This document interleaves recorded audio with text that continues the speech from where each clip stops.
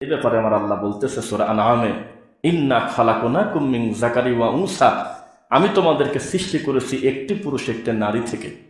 এটা আল্লাহর সৃষ্টির প্রক্রিয়া। ওয়াজআলনাকুম শুউবান ওয়া ক্বাবাইলা লিতাআরাফু, এরপরে তোমাদের আমি জাতি গোত্রে ভাগ করছি। এটা 24 নম্বর সেক্টর, ওই পাশে আছে 17, ওই পাশে 18, আর এক পাশে এত নাম্বার। একটা লোক ভুলে গেলে বলবে আমি 24-এ যাব, আমি 18-তে যাব, আমি 22-এ যাব।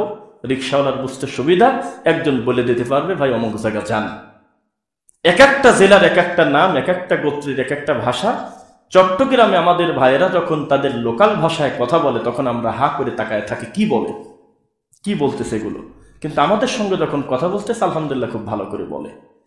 তো এটা কোনো ব্যঙ্গচিত্র না, এটা আল্লাহর নিয়ামত ভাষা। এগুলো কেউ জোরপূর্বক আল্লাহর কাছ থেকে আনেন নাই, এটা আল্লাহ কর্তৃক হয়ে গেছে। ভাষার গোত্র, চেহারা কালো সাদা খাটো লম্বা, এগুলো আল্লাহ কর্তৃক হয়ে গেছে সিস্টেমটা। আল্লাহ সুবহানাহু ওয়া তাআলা বলতেছে ওয়াজআলনাকুম শুউবান ওয়া ক্বাবাইলা লিতাআরাফু, আমি সত্যি তোমাদেরকে গোত্রে আর জাতিতে ভাগ করে দিছি যাতে তোমরা একে অন্যের সাথে পরিচিত হতে পারো। একটা শিশু বিকট কান্না করতেছে নীলা মার্কেটে, আপনি দেখলেন যে 3 বছরের বাচ্চা শুধু কান্না করে, খুব কান্না করতে করতে করতে করতে কোনোভাবে আইডেন্টিফাই করা যাচ্ছে না যে স্পেসিফিক এই ছেলেটা আসলে কার ছেলে, বাপের নাম কি মায়ের নাম কি। হঠাৎ দেখতেছেন অনেক সময় পরে খেতে চাচ্ছে, পানি চাচ্ছে, কি যেন বলে, তবে তার ভাষাতে বোঝা যাচ্ছে ছেলেটা সম্ভবত নোয়াখালীর হতে পারে। তার মুখের ভাষা দেখে বোঝা যাচ্ছে ছেলেটা মনে হয় পাবনার হতে পারে। এই যে আল্লাহ সুবহানাহু ওয়া তাআলা ভাষা জাতিতে সৃষ্টি করেছেন, এটা বিভেদ করার জন্য না, একে অন্যের সঙ্গে পরিচিত হওয়ার জন্য। হাজার হাজার লক্ষ কোটি মানুষ বিচারের মাঠে আল্লাহর সামনে আখিরাতে দাঁড়িয়ে যাবে। আল্লাহ বলবে হঠাৎ করে, একই পুকুরের মাছ খেয়েছে, আমি কোনোদিন বলি না এই শোনো, এই পুকুরে এই নদীর মাছ শুধু নামাজি খাবে, বেনামাজি খেতে পারবে না। এই শোনো, আমি পৃথিবীতে আমি আল্লাহ এটা ভাগ করি নাই যে অমুক ক্ষেতের সবজি কোনো বেনামাজির পেটে যেন না যায়, নামাজি লোক শুধু খাবে। পৃথিবীতে আমি আল্লাহ এমন কোনো মাটি রাখি নাই যেই মাটিতে কেউ বলতে পারবে অর্ধেক অংশে হিন্দু থাকার কারণে তার ক্ষেতে আমি আল্লাহ পানি দেই নাই, আর মুসলিম থাকার কারণে পানি দিছি, তা হয় নাই। আমার নিয়ামত পাওয়ার ক্ষেত্রে স্বাভাবিকভাবে সবাই তারা উপভোগ করে গিয়েছে, স্বাধীনতা আমি আল্লাহ দিয়েছিলাম, তবে আজকে আমি তা কেড়ে নিলাম। ওয়ামতাজুল ইয়াওমা আইয়ুহাল মুজরিমুন, এই মুহূর্তে তোমরা বেঈমানরা আলাদা হয়ে দাও। আল্লাহু আকবার। পরিস্থিতি কিন্তু জটিল হবে। আজকের পুরোটা জুমার খুতবাটা আমরা সাজিয়েছি অল্প সময়ে আখিরাত এবং আল্লাহর তাকওয়া সম্পর্কে ইনশাআল্লাহ। আল্লাহ হঠাৎ করে যদি বলে যে তোমরা একটু আলাদা সিরিয়াল দাও তো যারা বেঈমান, এই অবস্থাটা কত জটিল হতে পারে।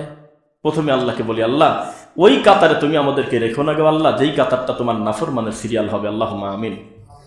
আল্লাহ বলবে যে বেঈমানরা আলাদা কাতার দাও, আজকে আর মুমিনদের সঙ্গে তোমাদের থাকা যাবে না, তাদের কালার হবে ভিন্ন, তাদের চিহ্ন হবে ভিন্ন। যদিও তারা কালো মানুষের সন্তান, দেখতেও চেহারা কালো, কিন্তু আলাদা কাতার দেওয়ার সাথে সাথে ঝকমক ঝকমক করবে, বেঈমানদের সঙ্গে তাদের চেহারা মিলবে না। এই সুযোগ আল্লাহ কিয়ামতে রাখবেন। আল্লাহ তুমি সেই কাতারে আমাদের রাখার তৌফিক দাও, আল্লাহুম্মা আমিন। যারা মুমিন তাদেরকে। এইবার দেখেন আল্লাহ সুবহানাহু ওয়া তাআলা এভাবেই একটা থেকে আরেকটার শ্রেষ্ঠত্ব দিয়েছে। আমি এখন এই মসজিদে যদি আপনাকে বলি, বলেন তো 24 ঘন্টার ভিতরে সবচাইতে গুরুত্বপূর্ণ টাইম কোনটা, আল্লাহকে কিছু বলার, আপনি কিন্তু বলবেন রাতের 3 ভাগের 2 ভাগ যখন পার হয় শেষ রাতে, তাই বলবেন না? শেষ রাতে না? আপনাকে যদি আমি বলি নফল সালাতের সবচাইতে দামি সালাত কি, আপনি এখন বলবেন তাহাজ্জুদের সালাত। আপনাকে যদি আমি বলি শুক্রবারকে বাদ দিয়ে বাকি 6 দিনের সবচাইতে দামি 2টা দিন কোনটা, আপনি বলবেন যে সোম এবং বৃহস্পতি, যে 2টা দিন সিয়াম পালন করা যায়।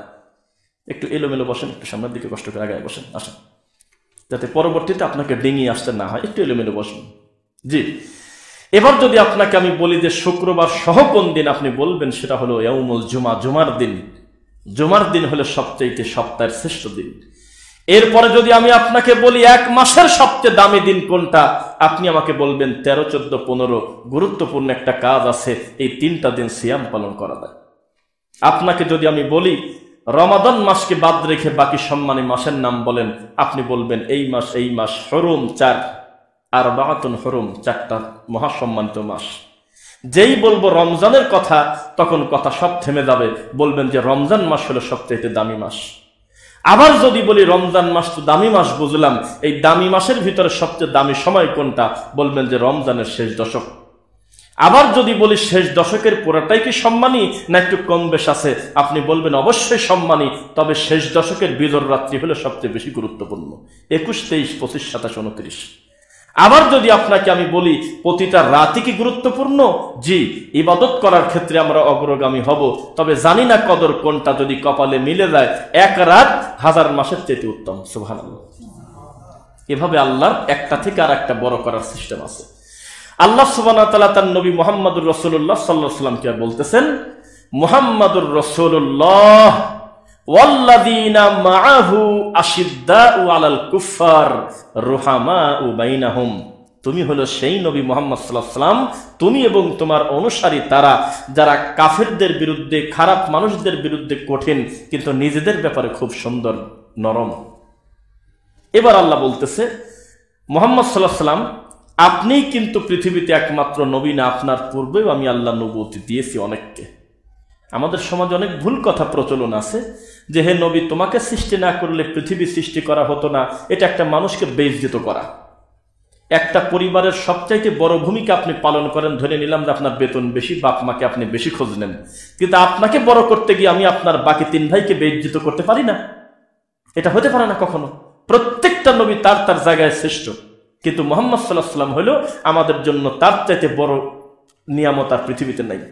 কিন্তু তাকে বড় করতে গিয়ে আপনি আদম আলাইহিস সালামকে তো খাটো করতে পারেন না, যে তাকে সৃষ্টি না করলে পৃথিবী সৃষ্টি হতো না। এভাবেও তো বলা যায় আপনাকেও তো সৃষ্টি না করলে পৃথিবী সৃষ্টি হতো না, কারণ আল্লাহ সৃষ্টির পরিকল্পনায় আপনিও তো একটা জীব, আপনিও তো একটা জীবন। এটাই আল্লাহর সিস্টেম। এখন আপনাকে আখিরাতের বিষয়ে বলি। আল্লাহ বলতেছে মুত্তাকি হলো তারা, ওয়াল্লাযীনা ইউমিনুনা বিমা উনজিলা ইলাইক, যারা ঈমান আনছে আপনার উপরে, যারা বলেছে যে মুহাম্মদ সাল্লাল্লাহু আলাইহি ওয়াসাল্লামকে আমরা নবী হিসেবে মেনে নিলাম। এবার বলতেছে না কিন্তু যে তাহলে তো তার কাজ শেষ। এখন বলতেছে ওয়ামা উনজিলা মিন ক্বাবলিক, শুধু আপনার উপর ঈমান আনলে হবে না, আপনার পূর্বে যাদের উপরে আমি আল্লাহ খুশি হয়ে কিতাব দিয়েছিলাম তাদের প্রতি ঈমান আনতে হবে। কিন্তু তাদের শরীয়ত মানা যাবে না। ধাক্কা খেলেন মনে হয়। তাদের ঈমান আনতে হবে তাদের প্রতি, কিন্তু তাদের শরীয়ত আপনি মানতে পারবেন না। কিন্তু তাদের প্রতি ঈমান আনতে হবে। ঈমান মানে কি? হ্যাঁ, আমি স্বীকার করি ঈসা আলাইহিস সালাম একটা নবী ছিল, তার জামানায় তিনি শ্রেষ্ঠ। হ্যাঁ, আমি স্বীকার করি মুসা আলাইহিস সালাম নামে একটা নবী ছিল, তিনি হলে আল্লাহর সাথে কথা বলেছেন। হ্যাঁ, আমি স্বীকার করি ইব্রাহিম আলাইহিস সালাম একজন নবী, যিনি তার সন্তান ইসমাইলকে কোরবানির জন্য প্রস্তুতি নিয়েছিলেন। আমি স্বীকার করি ইউনূস আলাইহিস সালাম একটা জামানার নবী। এই কথা যদি কোনোভাবে যদি অস্বীকার করেন তাহলে আপনি বেঈমান। এটা ইতিকাদি ব্যাপার, বিশ্বাসগত ব্যাপার, আমলের কিছু নাই। এবার আল্লাহ সুবহানাহু ওয়া তাআলা বলতেছে, ওয়ামা উনজিলা মিন ক্বাবলিক ওয়া বিল আখিরাতি হুম ইউকিনুন, তবে আখিরাতের প্রতি যদি কারোর বিশ্বাসের ঘাটতি থাকে তাহলে তাকে মুমিন বলা যাবে না। সিলেটে বন্যা হচ্ছে না? বন্যা হচ্ছে কিনা? বিভিন্ন জায়গায় বন্যা হচ্ছে। আমি আর আপনি 2 বস্তা চাউল নিয়ে রওনা দিলাম যে আমার এই কষ্টে থাকা ভাইদের আমি 2 বস্তা চাউল দেবো। এটা ভালো কাজ না খারাপ কাজ? ভালো। আল্লাহর কসম করে বলতেছি, আপনি যখন রওনা দিচ্ছেন তখন আমি বললাম যে ভাইজান আপনি কোথায় যাচ্ছেন, আপনি কোথায় কোন এরিয়ায় দিবেন বা কি অবস্থা? তখন আপনি বললেন যে আমি যাচ্ছি মানবতার সেবায়। ধর্মকর্ম আবার কি? মানব ধর্মই শ্রেষ্ঠ ধর্ম।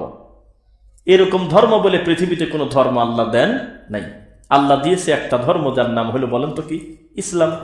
ওয়া ইয়াবতাগি গায়রাল ইসলামি দীনান ফালা ইউকবালা মিন, আল্লাহ বলতেছে ইসলাম ব্যতীত যত ধর্ম সবই বাতিল। তার মানব ধর্ম বলে কোনো ধর্ম আছে? উনি মানবতার কল্যাণে উনি রওনা দিয়েছে যে আমি মানুষের পাশে দাঁড়াবো। আর আমি রওনা দিয়েছি আমি জান্নাত চাই, আমি আল্লাহর সন্তুষ্টি চাই, আমি আল্লাহর সন্তুষ্টির আশায় আমি আমার ভাইয়ের পাশে গিয়ে দাঁড়াবো। দুইজনই 2 বস্তা চাউল দেওয়ার কারণে আপনি একটা নেকিও পাবেন না, আমি ইনশাল্লাহ পাবো, কারণ আমার আখিরাতে কিছু পাওয়ার আশা আছে।